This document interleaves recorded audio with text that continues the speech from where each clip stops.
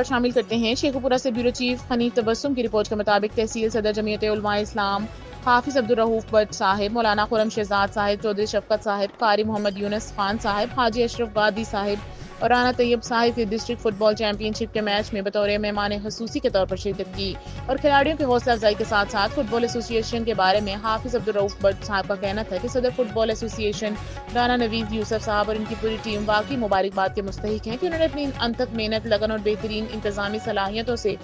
اس tournament کا انعقاد ممکن بنایا۔ ان کی قیادت میں فٹ بال کے فروغ کے لیے جو اقدامات کیے جا رہے ہیں وہ نوجوانوں کے حوصلے بلند کر رہے ہیں اور صحت مند معاشرتی سرگرمیوں کو فروغ دے رہے ہیں۔ ان کی کاوشیں قابل فخر ہیں اور ایسے نوجوان ہی کھیلوں کے میدان میں حقیقی تبدیلی کے علم بردار بنتے ہیں۔ فٹ بال ایسوسی ایشن کامیاب ایونٹ کروانے پر مبارکباد کی مستحق ہے۔